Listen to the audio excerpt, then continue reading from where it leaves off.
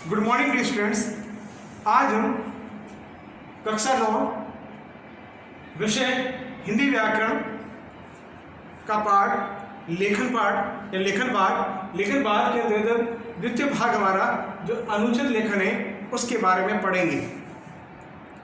आइए हम जानते हैं कि अनुच्छेद क्या होता है और उसे कैसे लिखा जाता है। अनुच्छेद से तात्पर्य होता है पैराग्राफ। पैराग्राफ हम उन्हें कहा जाते हैं किसी भी विषय वस्तु पर एक क्रमबद्ध तरीके से उपभाग के रूप में, छोटे से भाग के रूप में लिखना, अपने विचारों को ही अनुच्छेद लेखन कहलाता है। यानी कह सकते हैं जहाँ से एक स्थान से प्रारंभ करें और पूरा का पूरा लिखते रहें और लिखने के बाद जब हमारा पूरा हो जाए उसके बाद इसके अंदर कोई उपविभाग एक से अधिक नहीं होते, एक से अधिक पैराग्राफ भी नहीं बना सकते। हमें जब भी अनुच्छेद लिखा जाता है तो एक ही पैराग्राफ में लिखा जाता है। तो आइए अब हम जानते हैं इसकी परिभाषा, इसका अर्थ क्या कहता है अनुच्छेद लेखन का। आइए हम जाने।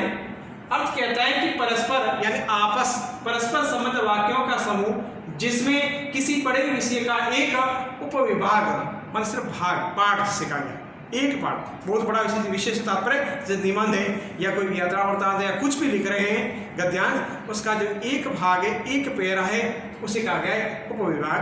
तो कहा गया है कि परस्पर संबंध वाक्यों का समूह जिसमें किसी बड़े विषय का एक उपविभाग स्वतंत्र रूप से दिया गया हो, बिल्कुल फ्री रूप में दिया गया हो, और कहते हैं किसी भी विषय पर अपने विचारों को क्रम से प्रकट करना ही अनुच्छेद लेखन कहलाता है।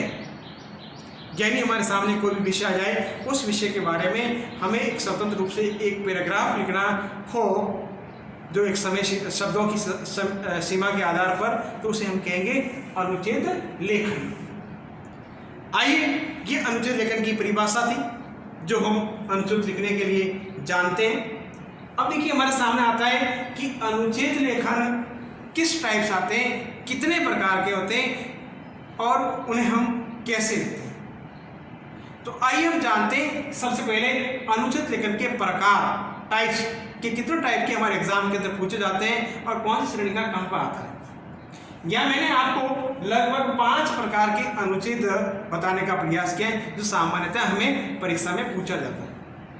सबसे पहला कहा गया है वर्णनात्मक अनुच्छेद, किसी के बारे में वर्णन करना, किसी व्यक्तिगत दृश्य हो या सीन हो, किसी के बारे में, वस्तु के बारे में जब उसका हम वर्णन लिखते हैं, एक पैराग्राफ के रूप में लिख लें, तो वहाँ पर हमारा क्या बन जाएगा, पूरा वर्णनात्मक बन जाएगा। जैसे एग्जाम्पल में हमने कहा चांदनी रात जो है दृश्य, उसमें किस प्रकार से आप बढ़िया लिखते हैं, ये वर्णन कहलाता है। इसी प्रकार से यदि आप कोई किसी की यात्रा करते हैं कि मेरी बस की यात्रा, मेरी हवाई जहाज की यात्रा या किसी भी इसका एक यात्रा वृत्तांत के रूप में एक पैराग्राफ लिखें या उसका पूरा लिखने का प्रयास करते हैं, वो वर्णन की श्रेणी में रखा गया। तो इस टाइप से जो लिखते हैं उसको हम कहते हैं वर्णनात्मक अनुच्छेद। अब देखिए अनुच्छेद का दूसरा प्रकार है विचारात्मक अनुच्छेद।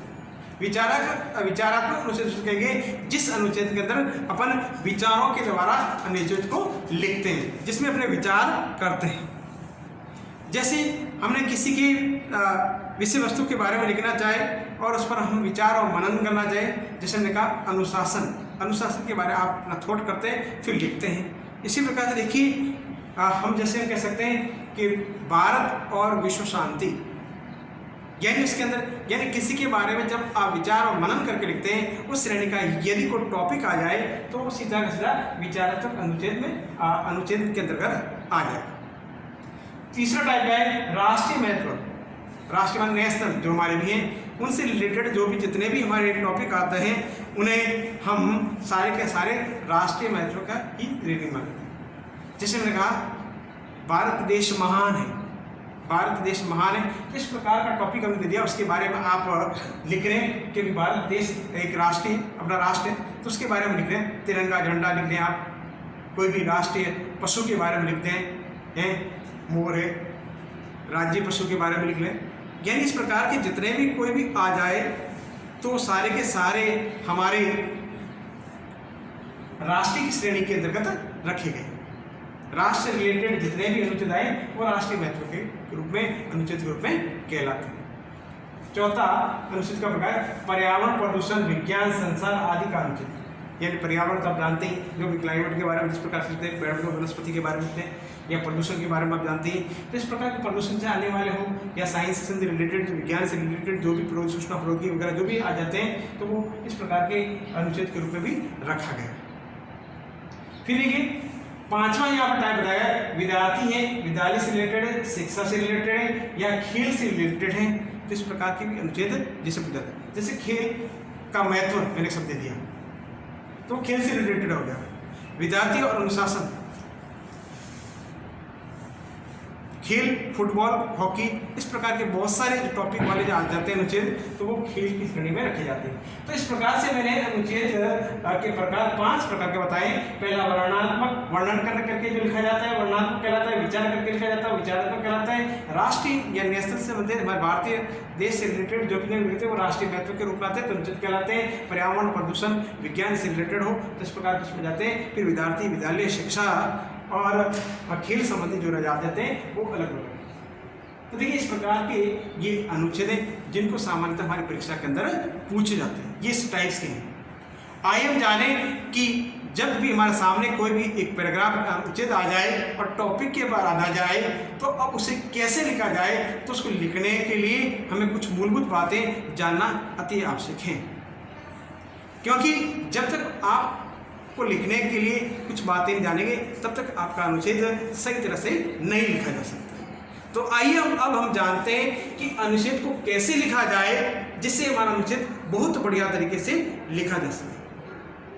हिंदी के अंतर्गत अनुच्छेद लेखन का बहुत ही महत्व है, क्योंकि अनुच्छेद लेखन ही हमें हिंदी की लिखने की शैली को बताता है कि हमें किस तरह से क्रमबद्ध तरीके से हमें किसी प्रश्न का उत्तर लिखा जाता हो, वो इसी के माध्यम से लिखा जाता है। तो आइए हम जानते हैं कि अनुच्छेद लेखन को लिखते समय किन किन बातों का ध्यान रखना चाहिए। इन बातों के आधार पर मैंने आपको लगभग 7-8 बातें यहाँ बताने का प्रयास करूंगा कि इन बातों को मद्देनजर रखते हुए जब भी आपके सामने कोई भी इनमें से किसी भी टाइप का आपके सामने अनुच्छेद टॉपिक के आधार पर आ जाए तो आप इन बातों को मद्देनजर रखते हुए उस अनुच्छेद को लिखने का पूरा प्रयास करें। आपका अनुच्छेद बहुत बढ़िया तरीके से लिखा जा सकता है। तो आइए जानते हैं कि अनुच्छेद लेखन के समय निम्नलिखित बातों पर ध्यान देना अति आवश्यक है। वे कौन सी बातें, उनको हम जानते हैं। सबसे पहली बात हम जानते हैं कि अनुच्छेद लिखते समय किसी भी भूमिका का उपसवाल की आवश्यकता नहीं होती, यानी इसको बहुत ज़्यादा डिटेल में जाने की आवश्यकता नहीं है। हमारे सामने जो अनुच्छेद है उस टॉपिक को देखना है और उसके आधार पर उसके से रिलेटेड जो भी आपको जानकारी है उसको बढ़िया सी क्रम तरीके से एक पैराग्राफ में लिखना है, न तो उसके उप पैराग्राफ बनाने हैं। एक से अधिक पैराग्राफ्स के बनते हैं। जैसा कि मैंने बताया पहले कि आपको जो भी लिखना है इस प्रकार से पैराग्राफ नहीं है। आप जैसे इस प्रकार से 2-2 पैराग्राफ लिख के लिख देते हैं इस प्रकार से, एक ये हो गया तो आपका अनुच्छेद गलत हो गया। आपको किसी प्रकार का हाशिया वगैरह नहीं छोड़ना है, एक स्थान से प्रारंभ करना है और एंडिंग जहां पर आपको लगता है वहां पर उसको पूरा का पूरा एंड करना है। क्लियर? तो इसीलिए कहा गया है कि कोई भी इसके लिए कोई उपसंहार वगैरह या निष्कर्ष वगैरह इसमें लिखने की आवश्यकता नहीं, आपको एक ही पैराग्राफ के अंदर लिखने की आवश्यकता होती है। ये कहता है इसका मुख्य भाव ही लेखन का केंद्र होना चाहिए। इसका मुख्य भाव यानी मेन, यानी वो क्या कह रहा है वही बातों को मद्देनजर रखते हुए उस पैराग्राफ को लिखना चाहिए। दूसरी बात, इसके अंतर्गत तर्क वितर्क कुछ नहीं करना चाहिए। जिसके बारे में लिख रहे हैं उनको सटीक और उससे रिलेटेड जो उसकी विशेषता के तौर पर समझ लो इस प्रकार से कि उसकी विशेषता क्या है, उसमें क्या क्या खूबियां हैं, उसको मद्देनजर रखते हुए एक क्रमबद्ध तरीके से उन वाक्यों को लिखना प्रारंभ करें। उस अनुच्छेद के अंतर्गत कभी तर्क वितर्क नहीं लिखना चाहिए, अपने विचारों को क्रमबद्ध करके लिखना है। इसलिए कहा गया है तर्क वितर्क या पक्ष विपक्ष पर विचार नहीं करना चाहिए, नहीं करना चाहिए। जो भी इसकी धारा प्रवाह है, लिखने का क्रम का तरीका है, उस क्रमबद्ध तरीके से कंटिन्यूटी बनाते हुए लिखना चाहिए।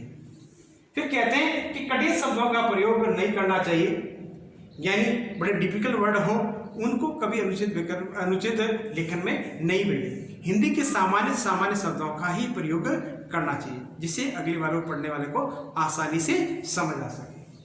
भाषा सरल व प्रभावपूर्ण होनी चाहिए। भाषा बिल्कुल उसकी लैंग्वेज हो, सरल हो, उसमें किसी प्रकार के ऐसे कठिन शब्द नहीं होने चाहिए जो दूसरी भाषाओं से लिए गए हो, या भाषा के ऐसे पर्याय शब्द हो जो आम जन को पता न हो, ऐसे शब्दों का प्रयोग नहीं करना चाहिए। और जब भी आप लिखें और उसकी भाषा लिखें बहुत ही प्रभावपूर्ण होना चाहिए, इफेक्टिव होना चाहिए। जो पढ़ने वाला उसको लगना चाहिए कि वास्तव में जिस व्यक्ति विशेष ने यह लिखा है वो बहुत ही बढ़िया तरीके से लिखने या जानकारी देने का प्रयास किया है। फिर कहते हैं चौथे बिंदु में कहते हैं कि वाक्यों का परस्पर संबंध होना चाहिए, यानी जो भी आप पैराग्राफ लिख रहे हैं उस पैराग्राफ में पहले दूसरी जो लाइन है वो एक दूसरे से मिलती जुलती होनी चाहिए। ऐसा नहीं कि ऊपर की जो दो लाइनें अलग बातों को बतलाती है और नीचे वाली अलग विषय को बतलाती है, यानी विषय वही अनुचित होना चाहिए, एक ही जो आपको टॉपिक लिखा होगा उसी के बारे में डिटेल से लिखना चाहिए, अलग अलग विषयों का नहीं होना चाहिए। इसलिए कहा गया है कि वाक्यों का परस्पर संबंध होना चाहिए, सेंटेंस में कंटिन्यूटी बनी होनी चाहिए। ऐसा नहीं कि वन सेंटेंस अनदर टॉपिक का है और वन सेंटेंस अनदर का, यानी एक ही टॉपिक के सारे वाक्य लिखने चाहिए क्रमबद्ध तरीके से। फिर कहता है कि पांचवें बिंदु में कहा गया कि सीमित शब्दों को प्रभावशाली ढंग से ही अपने विचार प्रस्तुत करना चाहिए। सीमित माने कम से कम शब्दों, जितना हमसे समय सीमा कहा जाता है शब्दों की, जो क्योंकि अनुच्छेद लेखन के अंतर्गत शब्दों की सीमा होती है। जब भी आपकी परीक्षा के अंदर पूछा जाता है तो कहा जाता है कि 80 से 100 शब्दों या 100 से 120 शब्दों में या 60 से 80 शब्दों में एक लिमिटेशन दिया जाता है, उस लिमिट के शब्दों के अंतर्गत ही अनुच्छेद लिखाया जाता है। इसीलिए कहा गया है कि सीमित शब्दों में ही प्रभावपूर्ण मान इफेक्टिव ढंग से ही आपको अपने विचारों को उसके माध्यम से लिखना चाहिए। फिर कहा गया है कि अनुच्छेद सामान्यतः जो उसकी मैंने आपको पहले भी कहा था कि शब्द की इसकी लिमिटेशन होती है, इसमें जो भी वर्ड्स होते हैं वो लिमिटेशन होते हैं कि एक अनुच्छेद लेकर के हम 9th क्लास के अकॉर्डिंग लिए तो 9th क्लास के अंतर्गत 80 to 100 वर्ड्स के बिटवीन ही आपको एक पैराग्राफ या अनुच्छेद लिखना चाहिए, जो भी हमको टॉपिक दिया जाता है टॉपिक के अकॉर्डिंग। इसके बाद सबसे लास्ट से महत्वपूर्ण बात है कि जब कोई भी अनुच्छेद आ जाए और उसके अंतर्गत कुछ उसके संकेत बिंदु दिए जाते हैं। बहुत सारे अनुच्छेद देखे हमारी कक्षा हमारे जो आते हैं उनमें सारे के सारे कुछ संकेत बिंदु दिए गए, हाईलाइटेड जो वर्ड दिए जाते हैं। अब देखिए वे संकेत बिंदु उसी अनुच्छेद के बारे में लिखे होते हैं। इसीलिए कहा जाता है कि जब भी आप अनुच्छेद पढ़ें उसके नीचे यदि संकेत बिंदु दिए गए तो उन संकेत बिंदु को पढ़ें, पढ़ने के उपरांत उन संकेत बिंदुओं को समझें और उन संकेत बिंदुओं के आधार पर ही हमारा जो भी अनुच्छेद दिया गया है उस अनुच्छेद को पूरा करने का प्रयास करना चाहिए।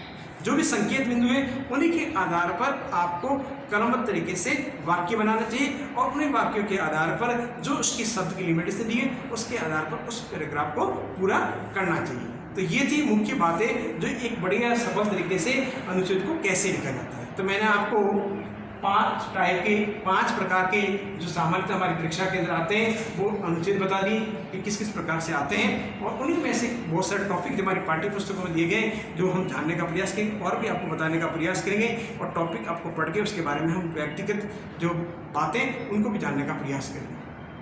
अब देखिए उसके बाद मैंने आमतौर पर जो अनुच्छेद कैसे लिखा जाता है उसके लिए मोटे तौर पर आपको 7-8 बातें बता दी। इन्हीं बातों को आपको ध्यान रखना है और इन्हीं बातों के आधार पर आपको जो भी हमारी परीक्षा के अनुच्छेद आए उसको लिखने का प्रयास करें। अगर ध्यान दें कि जो बातें वो आपको लिखते समय बिल्कुल मद्देनजर रखनी है कि किस प्रकार से अनुच्छेद लिखा था। तो अनुच्छेद हमारी परीक्षा के अंतर्गत बहुत ही महत्व रहता है।